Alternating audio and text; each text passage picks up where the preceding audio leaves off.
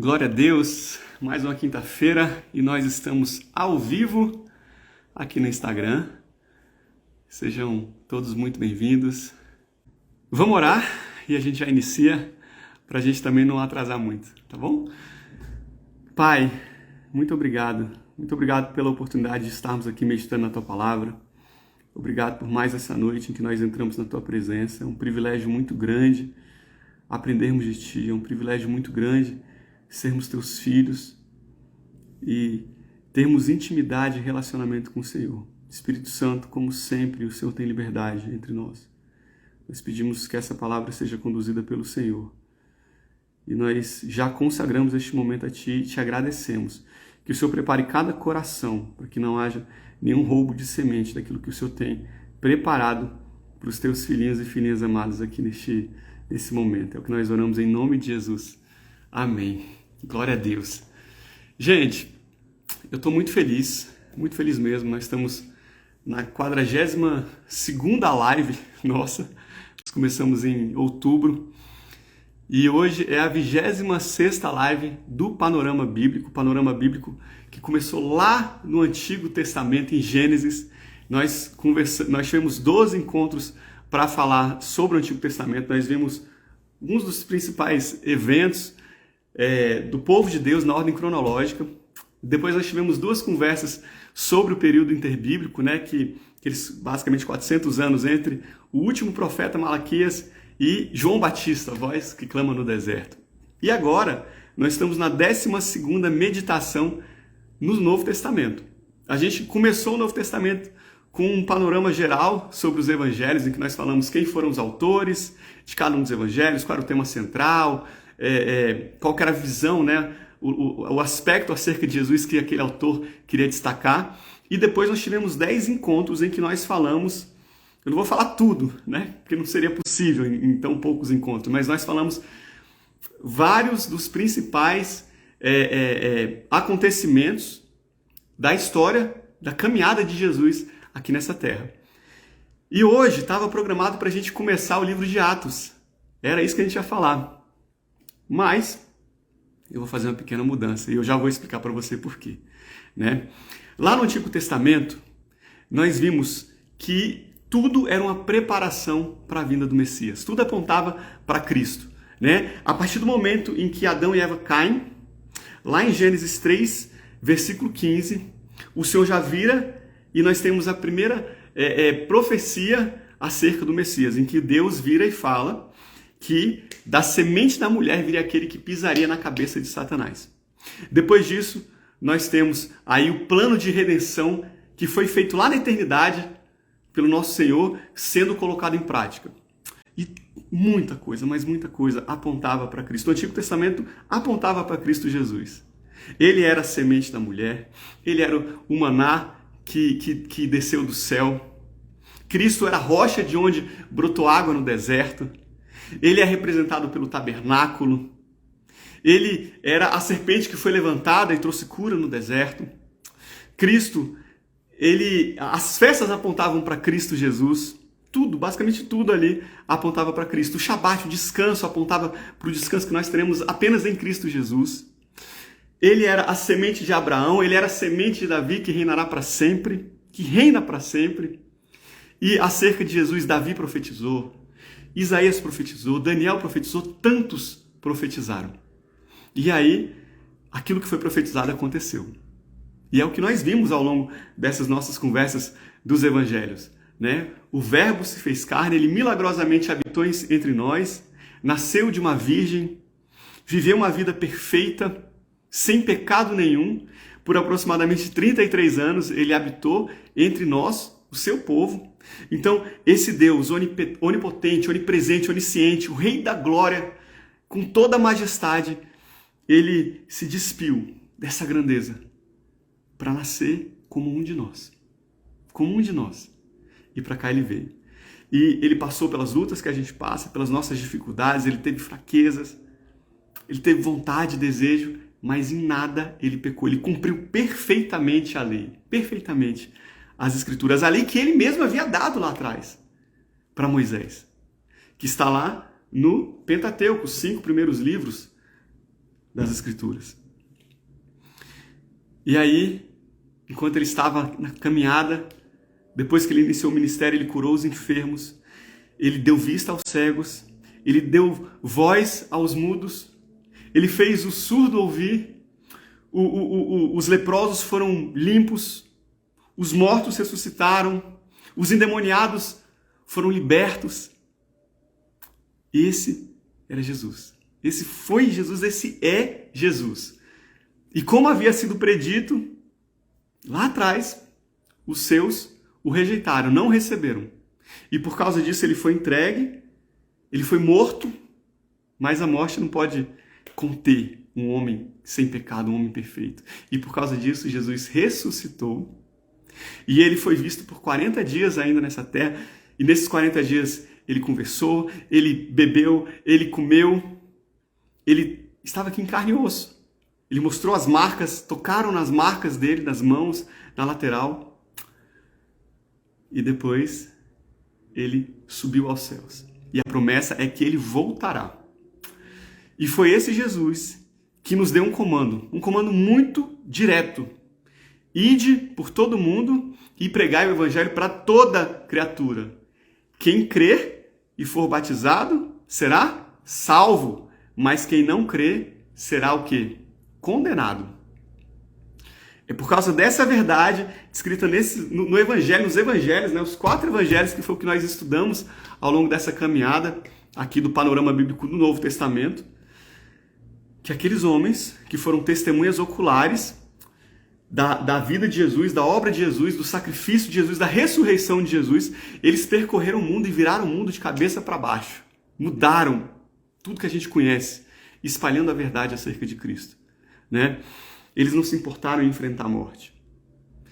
Eles foram martirizados. Inclusive os apóstolos, eles foram martirizados, com exceção de João, que tudo indica, com exceção de João, todos os outros foram martirizados, assassinados, em favor desse evangelho, dessa verdade. Né? E João, que não foi martirizado, morreu preso na ilha de Patmos, né? Já velho, provavelmente com 90 anos aí, 80, 90 anos, mais ou menos. Né? Então, como eu falei, hoje nós iríamos iniciar o livro de Atos, porque nós analisamos justamente essas histórias do Evangelho, dos Evangelhos ao longo dessas últimas 11 conversas, né? Mas, gente, eu queria falar com vocês, ainda que somente nessa nossa meditação aqui de hoje, sobre um assunto que ele é extremamente fundamental. Ele é da maior importância possível. Agora que a gente analisou os evangelhos, né? Afinal, o que é esse evangelho que a gente tem que pregar? Ide e pregai o evangelho para todas as criaturas. O que esse evangelho representa para nós? Aquele que crê será salvo. Crê no quê? Salvo? Salvo do quê? Salvo de quem? Nós precisamos ter essa clareza. E é sobre isso que a gente vai conversar aqui nessa noite, para a gente fechar, amarrar o que a gente aprendeu ao longo dessas últimas conversas sobre os evangelhos. Se você está chegando hoje, não se preocupa que você vai captar tudo também. E depois, se você quiser, você pode voltar lá no YouTube, então todas as nossas lives você pode assistir também.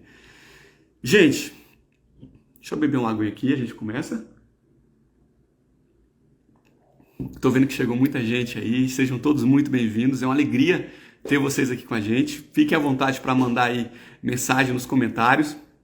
Eu vou falando, às vezes eu paro, leio uma coisinha ou outra, não paro toda hora porque senão eu posso perder um pouquinho do fio da meada. Mas eu acho uma bênção quando vocês comentam, quando vocês interagem por aí, mandam perguntas. Às vezes algumas perguntas já são respondidas por quem está assistindo também. E é sempre muito, muito bom ter vocês. Quando a gente começou a análise do Novo Testamento, a gente falou que essa palavra evangelho, ela vem do grego, né? Euangelion, é assim que fala, mais ou menos. Né? Que significa boas novas. Boas novas sobre o evento mais importante que aconteceu na história da humanidade. Né? Foi a vinda de Jesus em forma humana, a sua vida perfeita na terra, a sua morte e a sua ressurreição. Agora, nesse momento, a gente tem condição de expandir essa definição para trazer algo mais aprofundado, mais maduro para a nossa conversa, né? Em primeiro lugar, evangelho, boas novas. Se evangelho significa boas novas, significa que existe uma notícia que não é tão boa assim, uma má notícia. Concorda comigo? Que má notícia que é essa? Que má notícia é essa que precisou vir o evangelho, vir Jesus para sobrepor essa notícia? É simples. A má notícia é que nós estávamos afastados de Deus, sem chance nenhuma de reconciliação. Como nós falamos, com a queda de Adão, o pecado entra no mundo, a morte entra no mundo, e a partir daquele momento, o homem que até então era capaz de pecar, se torna incapaz de não pecar. Essa era a nossa realidade com a queda. Nós nos tornamos incapazes de não pecar. Quando a gente vai lá para Romanos capítulo 3, o apóstolo Paulo, ele faz uma coletânea de várias verdades que são ditas lá no Antigo Testamento, e eu vou ler algumas delas aqui para a gente. Ó. Tá? Ali entre o versículo 3, entre o versículo 9 e o versículo 20, eu vou pular alguns, né? Pois que já dantes demonstramos que tanto judeus como gregos, todos estão debaixo do pecado. Como está escrito, não há um justo, nenhum sequer, não há ninguém que entenda, não há ninguém que busque a Deus, todos se extraviaram e juntamente se fizeram inúteis, não há quem faça um bem, não há um só, não há temor de Deus diante dos seus olhos, por isso nenhuma carne, nenhuma, será justificada diante dele, diante de Deus, pelas obras da lei, porque pela lei vem o conhecimento do pecado. E nós sabemos que o salário do pecado é o quê? A morte, né? Então a má notícia é que os nossos pecados ofendem a Deus e nos colocam debaixo da ira de Deus, como está escrito em Romanos 1, versículo 18, que fala, porque do céu se manifesta a ira de Deus sobre toda impiedade e injustiça dos homens que detêm a verdade em injustiça. E ofendem a Deus por uma razão muito simples. Deus é bom. Deus é bom. Essa que é uma notícia tão preciosa, deveria causar um espanto muito grande na gente. Por quê? Porque nós não somos bons. Deus é bom, Ele é santo, Ele é justo. Ele é perfeitamente santo. Esse Deus que é perfeitamente santo, Ele não conhece o pecado. Ele não tolera o pecado. Ele não pode ter contato com o pecado. E aí é que está o problema. Porque nós somos pecadores. Então, quando alguém pergunta, salvo de quê? Quando o Evangelho fala, nós temos que crer para sermos salvos. Do que a gente tem que ser salvo? É do diabo? É do pecado? É do que a gente tem que ser salvo? É do inferno. Não. Nós temos de ser salvos de Deus. Da ira justificada, merecida, justa de Deus. Nós precisamos de Jesus para sermos salvos dessa ira de Deus. Olha que coisa poderosa. Que a gente não para pensar, né? É por isso que no centro do cristianismo, nós precisamos de uma noção, de um conhecimento muito próximo da realidade, pelo menos, de quem é Deus, muito correto de quem é Deus e de quem é o homem. Porque se a gente pensar que o homem é naturalmente bom, então Deus seria cruel se ele pune o homem, concorda? Mas é que tá. O homem não é naturalmente bom. É o contrário. O homem é mau, ele é inclinado para o mal, como nós acabamos de ver aqui. Eu não vou citar vários versículos. Depois, se você quiser, a gente tem uma conversa que a gente falou só sobre a ira de Deus. Lá atrás, quando a gente estava vendo os atributos de Deus, você pode ir lá que tem várias coisas, tudo com fundamento, com os versículos. Mas esse é o problema. A ira de Deus, ela não é descarregada sobre pessoas justas, sobre pessoas boas e inocentes. Ela é descarregada sobre pessoas más. O problema é que não tem ninguém que seja bom. Ninguém. Se alguém acha que é bom, das duas uma.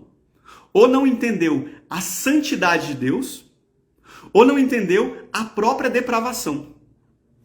Porque se a gente entende a santidade de Deus e a depravação do homem, a gente não consegue falar que nós somos merecedores, né? O homem é egoísta, ele é arrogante, ele faz coisas pensando em si próprio, ele mente, ele furta, ele deseja o mal. E mesmo aqueles que não chegam a praticar, pensam quantas coisas que nós teríamos a maior vergonha de serem expostas. Eu tenho certeza que ninguém aqui aguentaria pegar um dia daquilo que passa na nossa mente, colocar numa tela, num outdoor, no centro da cidade, para todo mundo ver. Eu acho que todo mundo morreria de vergonha, ia sair correndo, porque sabe do tanto de coisa ruim que a gente pensa. E esse Deus que vai nos julgar, ele sonda os corações e a mente das pessoas, e ele vai nos julgar também conforme os nossos pensamentos e as nossas intenções, não apenas conforme a nossa atitude. Esse que é o problema. A grande pergunta, a pergunta central que a gente tem que fazer quando a gente se depara com o Evangelho é a seguinte: como é que um Deus justo, um Deus santo, um Deus bom pode justificar o pecador sem que ele mesmo se torne injusto? Essa é a grande pergunta que a gente tem que ver. Porque um Deus, um juiz que é justo, ele condena o culpado. Um juiz justo, ele não tem por inocente o culpado. E Deus é um justo juiz. Então, se Deus é um justo juiz, como é que ele pode perdoar os nossos pecados e nos livrar do inferno e ainda assim continuar sendo justo e santo? A única forma disso ser possível é se ele não imputar a nós as nossas transgressões contra ele mesmo. Só assim. Se nós não formos condenados pelos nossos pecados, se nós não formos responsabilizados pessoalmente pelas nossas culpas. Mais do que isso, se nós formos declarados justos e perfeitos diante dele, o que nós não somos. E é aí que entra o Evangelho. É aí que entra Jesus. É aqui, meus amigos, que está o cerne do Evangelho. É isso que nós vimos nessas nossas 10 conversas, 11 se contarmos com a introdução, sobre os Evangelhos, né? 2 Coríntios 5, 18 a 21. E tudo isso provém de Deus, que nos reconciliou consigo mesmo por Cristo Jesus e nos deu o ministério da reconciliação. Isso é, Deus estava em Cristo reconciliando consigo o mundo, não lhes imputando os seus pecados, e pôs em nós a palavra da reconciliação, de sorte que somos embaixadores da parte de Cristo, como se Deus por nós rogasse. Rogamo-vos, pois, da parte de Cristo, que vos reconcilieis com Deus. Aquele que não conheceu o pecado, se fez pecado por nós, para que nele fôssemos feitos justiça de Deus. Essa é a boa nova do Evangelho. Nós podemos ser reconciliados por Deus. Aquilo que era impossível e continua sendo e sempre será impossível por mérito próprio, Deus mesmo fez. Nós éramos inimigos de Deus. Nós estávamos caminhando para o inferno. Mas o nosso próprio Deus, Ele mesmo, proveu o caminho.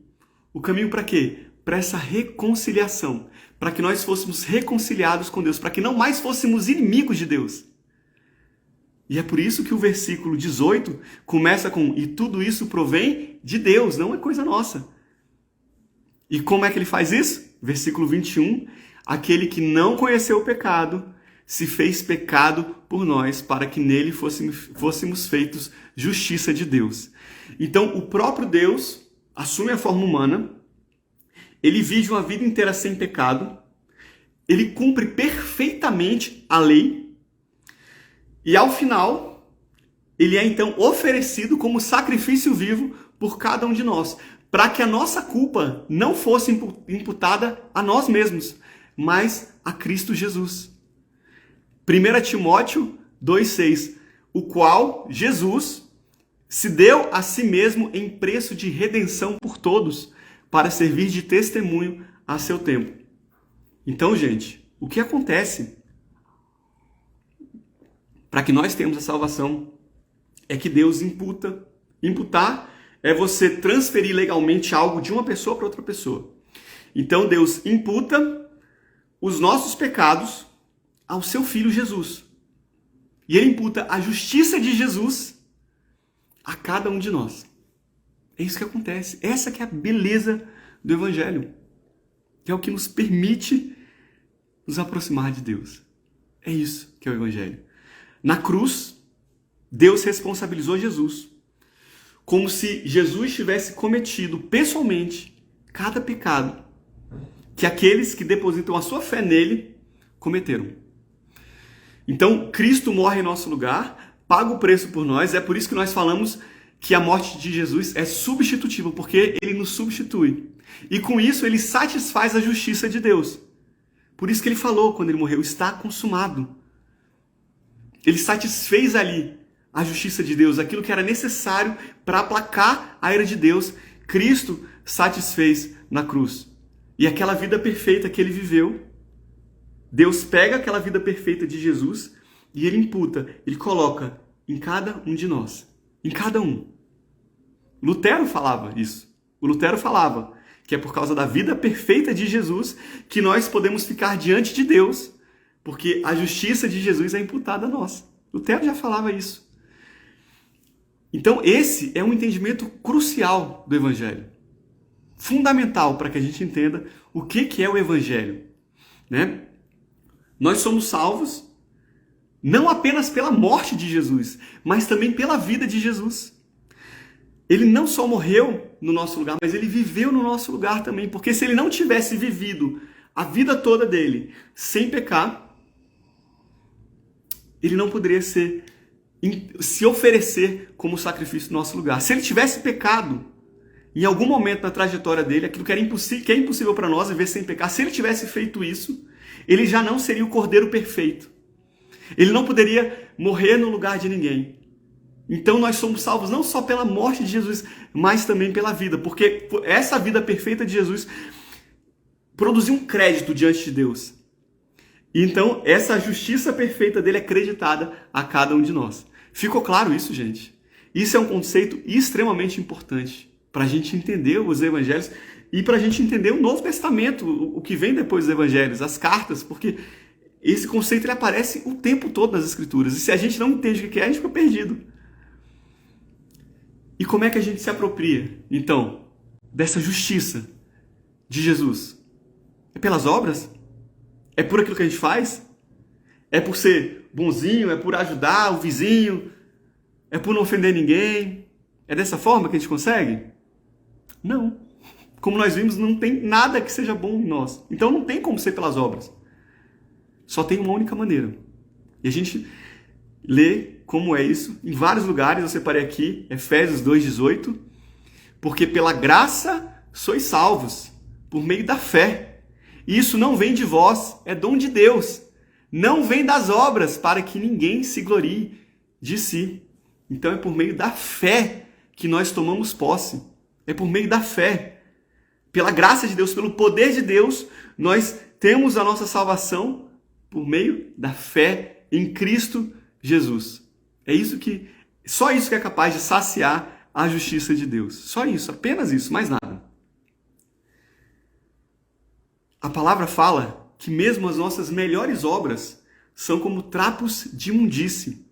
Mesmo as nossas melhores obras de justiça, quando comparado com a justiça de Jesus, que é perfeita, elas são como esses trapos de imundície, como aqueles panos que o leproso enrolava no corpo para cobrir as feridas, e por melhor que fosse o pano, pensa no pano mais precioso, mais valioso, mas o momento em que é colocado para cobrir a pele daquele enfermo, o pano fica todo contaminado.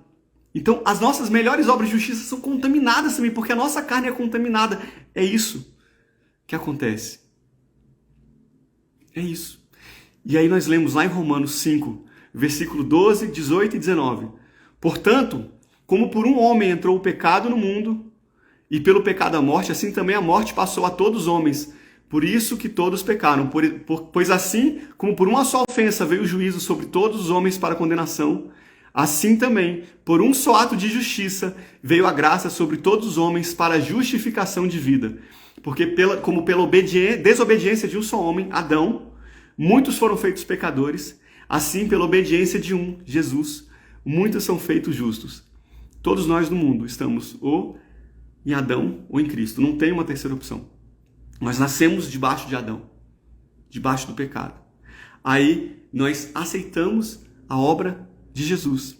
E nós nos tornamos agora filhos de Deus. Estamos debaixo de Jesus. Gente, quem é filho de Deus? Todo mundo? Aquela frase fala, somos todos filhos de Deus? Não. Não é não. João 1, versículos 11 a 13.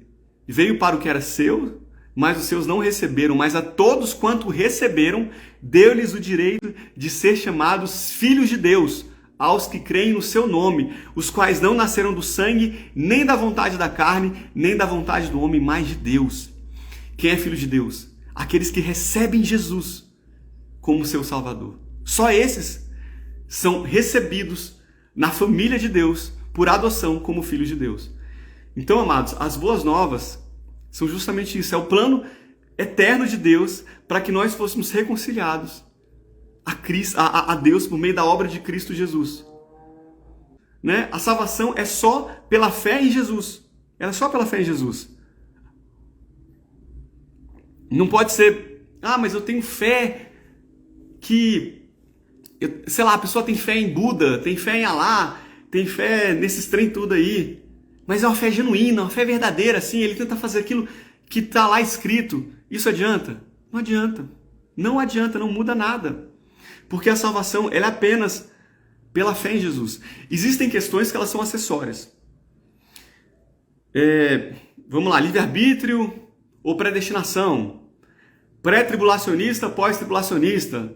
Batismo na infância ou depois de adulto? Gente, são questões interessantes, são questões importantes, mas não é uma questão crucial que vai determinar a salvação. Agora, a fé em Jesus é uma questão fundamental, é central no Evangelho. Então, nós precisamos, muitas vezes, falar aquilo que é básico. E a salvação, ela vem apenas pela fé em Jesus. Muitos cristãos foram martirizados, eles foram mortos, eles caminharam para a morte certa em defesa dessa verdade. Dessa verdade. A salvação, ela só vem através de Jesus Cristo. Nós lemos isso em diversos lugares. Jesus falou isso várias vezes. Alguns versículos aqui. João 3,36. Aquele que crê no Filho tem vida eterna, mas aquele que não crê no Filho não terá vida, mas a ira de Deus sobre ele permanece. João 10,9. Eu sou a porta. Se alguém entrar por mim, salvar-se-á e entrará, e sairá e achará pastagem. João 11, 25 e 26. Disse-lhe Jesus: eu sou a ressurreição e a vida. Quem crê em mim, ainda que esteja morto, viverá, e todo aquele que vive e crê em mim nunca morrerá. João 3,16. Porque Deus amou o mundo de tal maneira que deu o seu Filho unigênito para que todo aquele que nele crê não pereça, mas tenha a vida eterna. João 14,6. Disse-lhe Jesus: eu sou o caminho, a verdade e a vida. Ninguém vem ao Pai a não ser por mim. É por causa dessa verdade que os cristãos da igreja primitiva foram perseguidos. Sabe, a liberdade daqueles homens e mulheres estava a uma frase de distância. Bastava virar e falar que Jesus era não o caminho, mas um caminho. Jesus é um caminho, é uma das formas de chegar no céu. Aqueles homens, eles não se preocuparam de ser entregues às bestas feras do Coliseu. Eles não se preocuparam de serem queimados e usados como tochas para iluminar a cidade de Roma. Não se preocuparam. Porque eles não aceitaram negar Cristo. Não aceitaram. Eles não aceitaram falar que Jesus era um caminho. Porque para eles Jesus era o caminho, era o único caminho. A única esperança de salvação está em Cristo Jesus, gente. Se não fosse assim, por que Jesus ordenaria que nós pregássemos o Evangelho? Porque só o Evangelho é o poder para a salvação. Romanos 10, 13 a 17. Porque todo aquele que invocar o nome do Senhor será salvo. Como, pois, invocarão em quem não creram? E como crerão naquele de quem não ouviram? E como ouvirão se não há quem pregue? E como pregarão se não forem enviados, como está escrito, conformosos os pés dos que anunciam o Evangelho da paz, dos que trazem alegres novas de boas coisas? Mas nem todos têm obedecido ao Evangelho. Pois Isaías diz: Senhor, quem creu na nossa pregação? De sorte que a fé é pelo ouvir, e ouvir a palavra de Deus. Então a fé salvadora somente vem pela palavra de Deus. As pessoas têm medo de falar isso hoje em dia. Elas têm medo. Parece que ela tem medo de expor qual que é a real consequência do pecado, de reconhecer como é que um Deus tão bom poderia condenar as pessoas para o inferno, né? Como é que um Deus pode ser bom e mandar a pessoa para o inferno para a vida toda? Isso não é justo. Não é justo aos olhos de quem? aos nossos olhos, contaminados, mas é aos olhos de Deus. Ah, mas é porque Deus é amor. Gente, grava uma coisa muito séria. Nós não podemos interpretar toda a Bíblia com base em um único versículo. Nós interpretamos o versículo com base na Bíblia, porque a Bíblia é um todo interligado, único, que não entra em contradição, que se complementa. Então você interpreta um versículo com base no que os outros estão falando também. Jesus é amor, Deus é amor, sim, Ele é amor, mas Ele é santidade, Ele é justiça, Ele é fogo consumidor. Então nós temos de nos atentar a essa verdade. Atos 4:12. E em nenhum outro há salvação, porque também debaixo do céu nenhum outro nome há, dado entre os homens, pelo qual devemos ser salvos. E agora que a gente entendeu isso, a próxima pergunta que eu faço para você, nessa nossa meditação aqui, qual é a fé que conduz à salvação? Qual que é a fé? Bastaria eu estar num culto de domingo, na igreja, aí o pastor virar e falar: quem aceita Jesus, levanta a mão. E eu levantar minha mão e lá na frente falar: eu aceito Jesus, eu gostei desse negócio aí, quero passar para o mundo dos crentes. E pronto? E aí posso viver a minha vida igual eu vivia? E eu estou salvo? Não. Não. Infelizmente, o que nós temos visto hoje em dia é que são oferecidas formas muito superficiais de se alcançar a salvação na igreja. Isso tem levado muitas pessoas ao engano. Levantar a mão e falar que você aceita Jesus sem mudança de vida não leva ninguém para o céu. É por isso que quando a gente lê a Bíblia, quando a gente vê as ordenanças lá que estão nos evangelhos, que estão nas cartas, tem uma palavra que aparece muito frequentemente, coladinha com a palavra crer. Que palavra é essa? Arrepender. Marcos 1,15. O tempo está cumprido e o reino de Deus está próximo. Arrependei-vos e crede no Evangelho. Lucas 24:47. E em seu nome se pregasse o arrependimento e a remissão dos pecados em todas as nações, começando por Jerusalém. Atos 2:38. Disse-lhes Pedro: arrependei-vos e cada um de vós seja batizado em nome de Jesus para perdão dos pecados e receberei o dom do Espírito Santo. Lucas 13:3. Não, vos digo antes, se vós não arrependerdes, todos de igual modo perecereis. E assim a gente vê em Mateus 3:2, Mateus 4:17, Marcos 6:12, 2 Coríntios 7:10 e tem mais uma pancada de versículo que mostra isso. Não adianta, gente, eu simplesmente acreditar que eu vou crer e só por isso eu sou justificado se isso não gera uma mudança de comportamento. É por isso que Tiago fala: crês tu que há um só Deus? Fazes bem. Até os demônios creem e estremecem. Olha o que ele está falando. Até os demônios acreditam que só tem um Deus. Mas isso não significa que eles são salvos. É por isso que o Sproul ele fala que se a pessoa simplesmente acredita, mas não pratica, o máximo que ela faz é se qualificar para ser um demônio. Olha isso, gente. É claro que ele falou com uma ironia, né? De forma... Mas, de fato, né?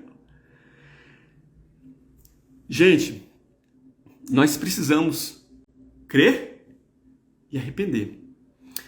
Tem um pregador, ele é pouquíssimo conhecido aqui no Brasil, mas ele é uma das referências do Sproul, então você já imagina, porque o Sproul é referência mesmo, né? Ele se chama Sinclair Ferguson, e ele fala o seguinte, né?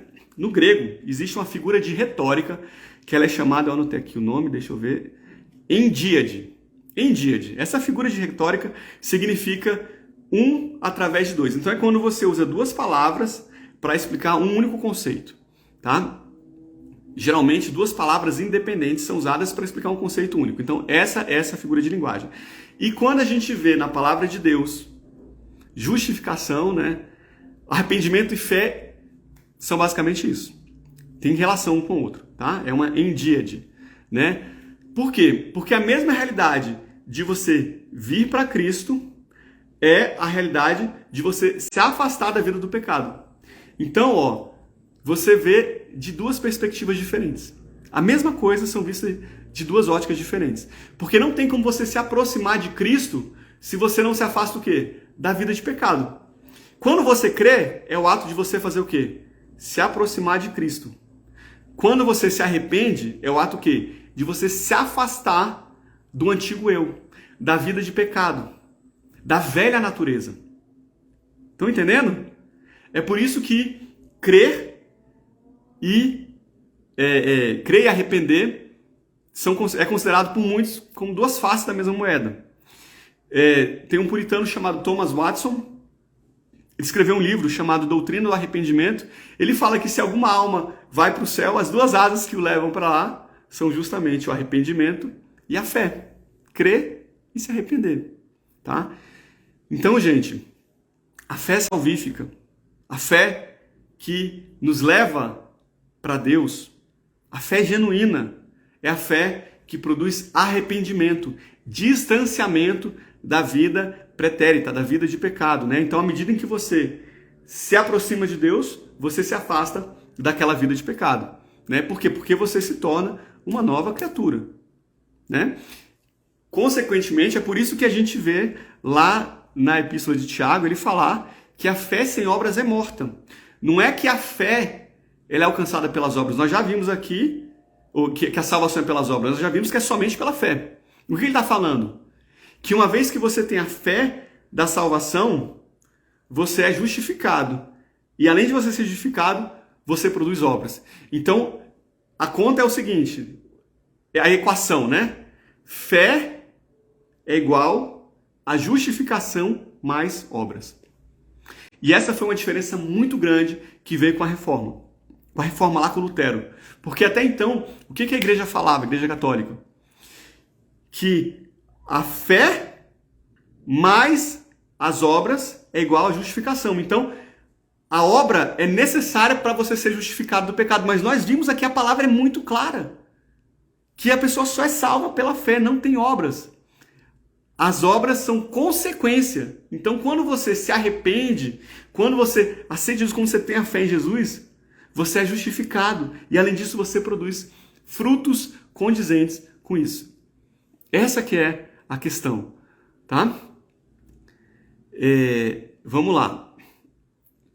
Qual a diferença entre os cristãos puritanos e os protestantes? Os puritanos, na verdade, eles apareceram justamente depois do período da Reforma para trazer o povo de volta para as Escrituras, para tirar tudo aquilo que não estava baseado nas Escrituras, tá? Então, basicamente isso. Os puritanos, eles eram palavra, palavra, palavra, palavra. Tá bom, João? Mas são protestantes. Tá? Eles também eram considerados protestantes, mas é porque foi um pessoal que surgiu ali que era, rapaz, fogo puro. Tá? Deixa eu ver aqui onde é que eu estava. Só um segundinho. Ponto importante. Tá? Que a gente tem que deixar claro aqui. A gente está falando que a fé salvífica é aquela do arrependimento que produz frutos. Tá? Mas é um processo. É um processo. Tá bom? Nós não podemos achar que a pessoa se arrependeu hoje, creu hoje em Jesus e amanhã ela já vai ser uma pessoa completamente diferente. Há um processo, é uma caminhada. Então, não tem para que isso não vire um peso, porque a pessoa pode virar e falar assim: meu Deus, eu aceitei Jesus tem uma semana e eu tô lutando contra tudo que eu lutava. Eu acho que eu vou pro inferno. Gente, não é um peso. Escuta o que eu tô falando. É um processo. É um processo. Esse processo é justamente a santificação. É uma caminhada. A gente não pode esperar de um recém-convertido o mesmo nível de santidade de uma pessoa que está há 15 anos no Evangelho. Há 20 anos. É por isso que Paulo, eu não lembro agora se é na carta que ele faz para os Coríntios, ele fala que ele queria dar um alimento sólido, mas ele tem que dar leite. Ele queria falar de coisas mais avançadas, mas ele não pode ainda, porque o povo não estava preparado. Porque é uma caminhada. A gente vai evoluindo, a gente vai crescendo. À medida em que vamos nos aproximando de Deus, nós vamos nos afastando daquela vida de pecado. Mas a pessoa converte, de uma hora para outra ela não vai parar de ter o desejo que ela tinha, porque a nossa carne ela continua pecaminosa. Mas agora nós temos o Espírito Santo. Porque quando nós somos justificados, nós também somos regenerados. O que é você ser regenerado? É você ganhar uma nova natureza, uma natureza que não vem da terra, mas vem do alto. Não é da carne, é do Espírito. Lembra da conversa de Jesus com Nicodemos? Que é necessário nascer de novo? Ali, como é que é necessário nascer de novo? Pode o homem entrar de volta no ventre da sua mãe? E aí ele vira e fala, Nicodemos, você é mestre, você não entende isso? O que é nascido da carne é carne, o que é nascido do Espírito é Espírito. O novo nascimento é o nascimento no Espírito, que só pode ser gerado por Deus. Só pode ser gerado pelo Espírito Santo, pelo Senhor, o novo nascimento. Não é gerado da carne. Então, nós somos regenerados, nós ganhamos uma nova natureza. O nosso espírito, ele ganha vida. O espírito estava morto, mortificado por causa do pecado. E nosso espírito recebe vida agora, quando nós temos essa nova natureza. Tá? Então, conceitos aqui fundamentais para a gente continuar a partir da próxima semana, né? Lendo o Novo Testamento. Justificação é um ato de Deus, em que Ele nos declara justos, né? Perfeitos, pela fé que nós temos, porque nós somos unidos a Cristo e nós nos apropriamos, é imputada a nós aquela justiça que era de Jesus, né? Então nós recebemos a absolvição diante de Deus. Com a justificação, nós temos como consequência, algumas das consequências, né? Porque são algumas. Mas nós agora temos paz com Deus, porque nós éramos inimigos de Deus. E nós somos agora filhos de Deus, filhos por adoção, como nós falamos agora há pouco, né? Com a justificação, nós temos também a regeneração. Ganhamos a nossa nova natureza, né? O Espírito Santo vem e o Espírito Santo nos capacita para fazer aquilo que nós não poderíamos fazer antes. Porque da nossa própria força nós não conseguimos fazer o bem, mas aí o Espírito Santo vem e nos capacita, nos fortalece, nos auxilia nessa caminhada. O Espírito Santo que desceu em Pentecostes, naqueles homens, naqueles apóstolos de Jesus, que há pouco tempo antes tinha fugido, dado linha na pipa, quando Jesus foi crucificado, mas depois de Pentecostes eles recebem o Espírito Santo, eles começam a pregar com ousadia, com coragem, com valentia, porque é o Espírito Santo que vai atuando em nós. É o Espírito Santo que vai nos capacitando. Então, esses dois conceitos são importantes. E aí, então, é instantâneo, né? Justificação, regeneração, instantâneo. Mas, o que Jesus falou? A porta é estreita e o caminho é estreito que leva para a salvação. A porta, nós passamos pela porta. Aceitei Jesus, declarei minha fé em Jesus, fui lavado. Maravilha, passei pela porta. Mas agora eu tenho um caminho a percorrer.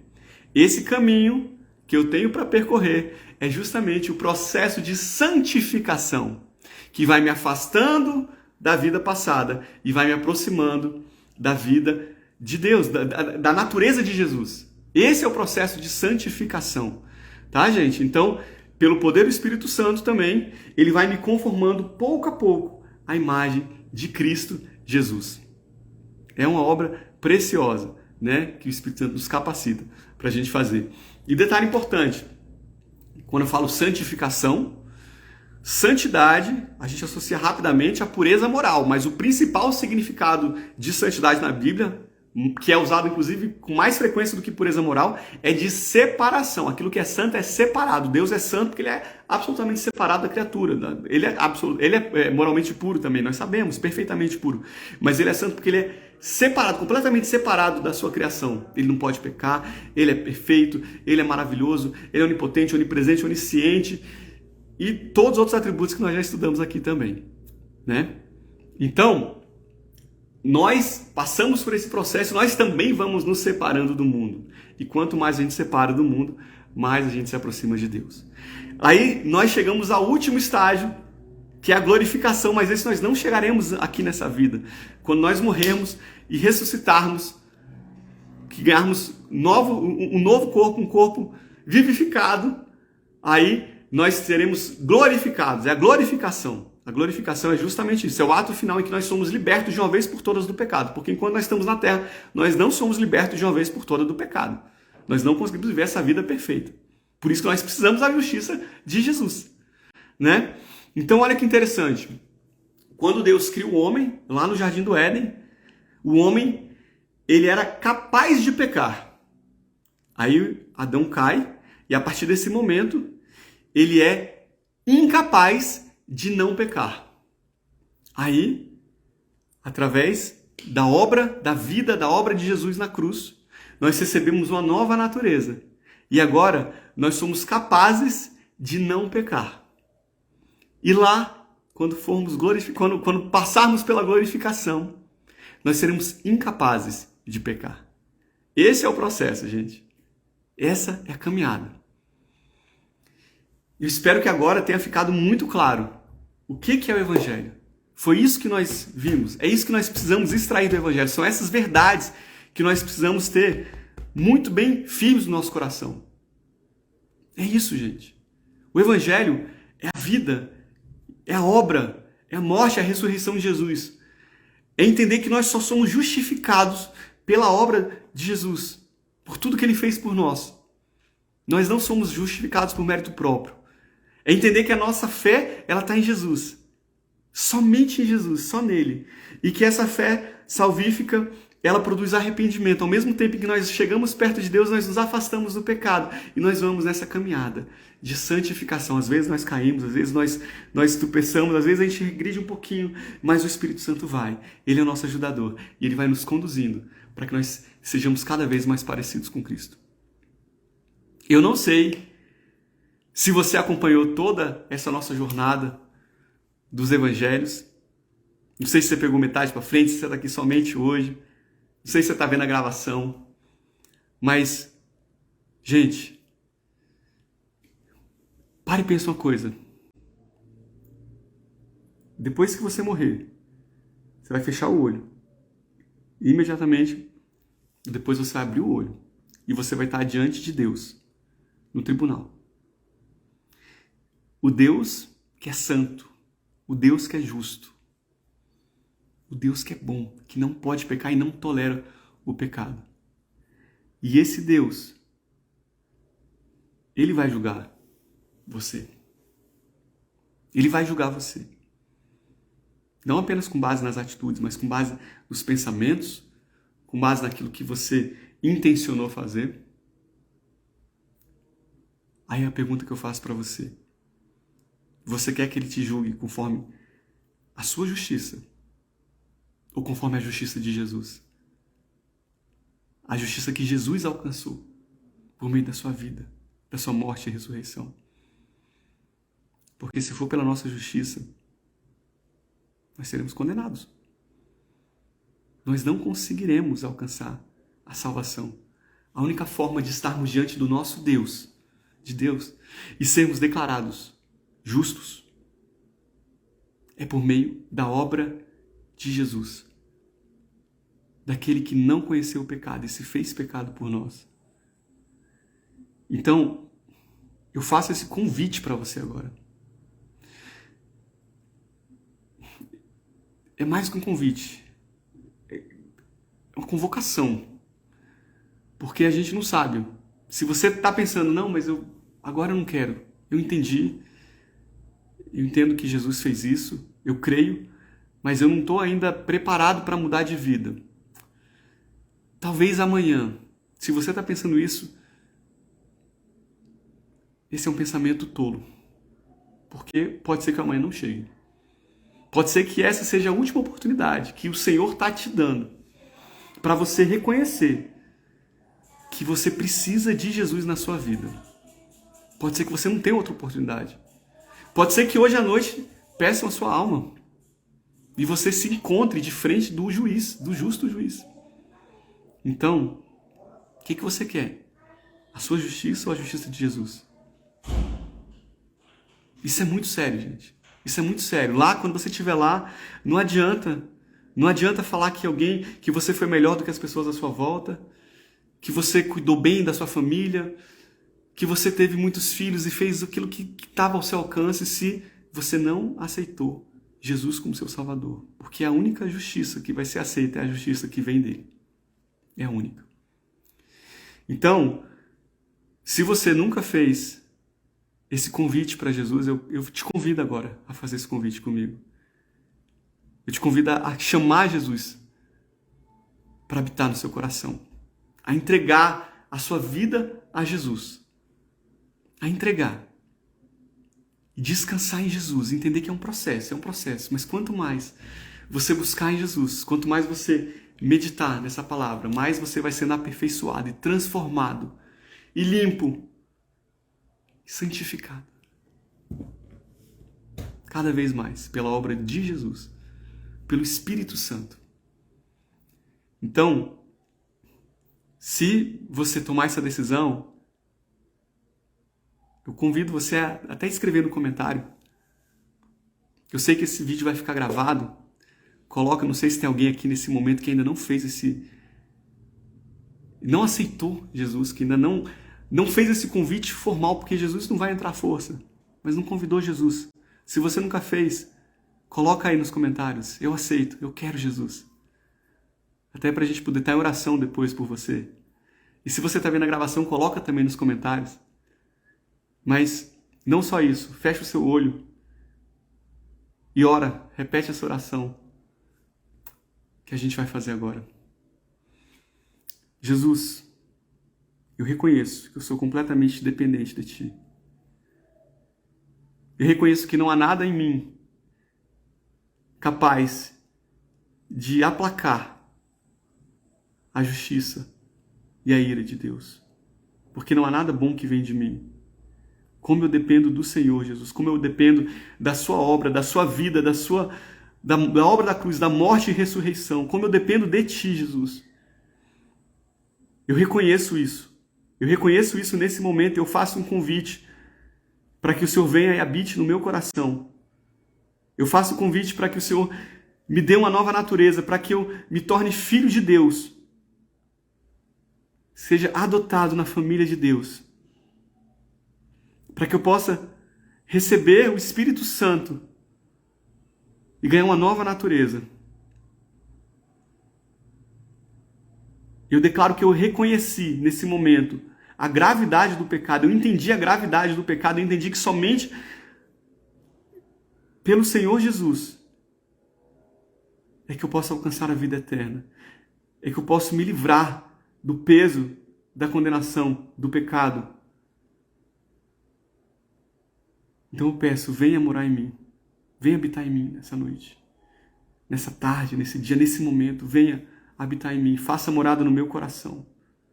Eu declaro que eu sou o teu filho. A partir de hoje, Deus, eu sou o teu filho. Eu aceito Jesus como meu Salvador. E eu sou o teu filho, meu Deus. Em nome de Jesus. Amém. Glória a Deus. Glória a Deus. Gente, essa é uma oração muito séria. Você não tem ideia.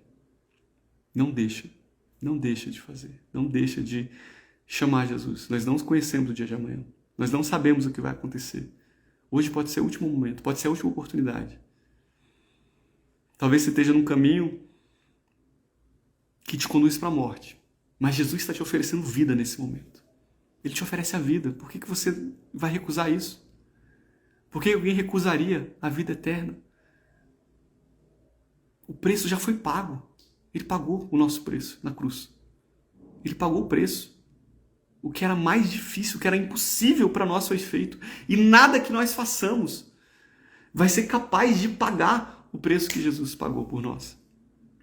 Então não deixe de se entregar. É um apelo que eu faço a vocês agora. Não deixe de se entregar para Jesus. Com isso nós fechamos.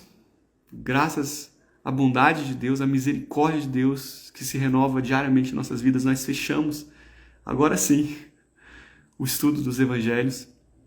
Essas 12 aulas, 12 encontros, número profético, né? 12 apóstolos, 12 tribos, 12 encontros para falar dos evangelhos. E eu espero que você tenha, nessa nossa conversa, aprendido um pouquinho mais sobre o plano de salvação, sobre o que é o evangelho, sobre a fé salvífica, sobre o que significa justificação, santificação, regeneração. O processo de conversão é um processo, né? Regeneração, né? Justificação, regeneração, santificação. E lá na glória, lá na eternidade, glorificação.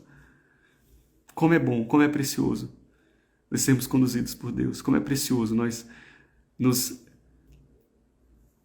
nos segurarmos, não em nós mesmos, não na nossa força, mas em Cristo Jesus, nosso Messias. Gente, valeu demais, valeu demais. Eu espero por vocês na semana que vem, quando nós, se Deus quiser, começaremos a falar aí do livro de Atos. Vamos entrar aí vamos ver um pouquinho do que esses homens fizeram, que chacoalhou o mundo, né? O que eles fizeram. Nós estamos caminhando a nossa série do Panorama Bíblico. Se você está vendo a gravação, se você só viu a série dos Evangelhos, eu te convido a estar conosco no Instagram, ao vivo. Nossas lives elas acontecem quinta-feira, às 20 horas, toda quinta, né? Salvo quando tem algum imprevisto, que é pouquíssimas vezes, às 20 horas.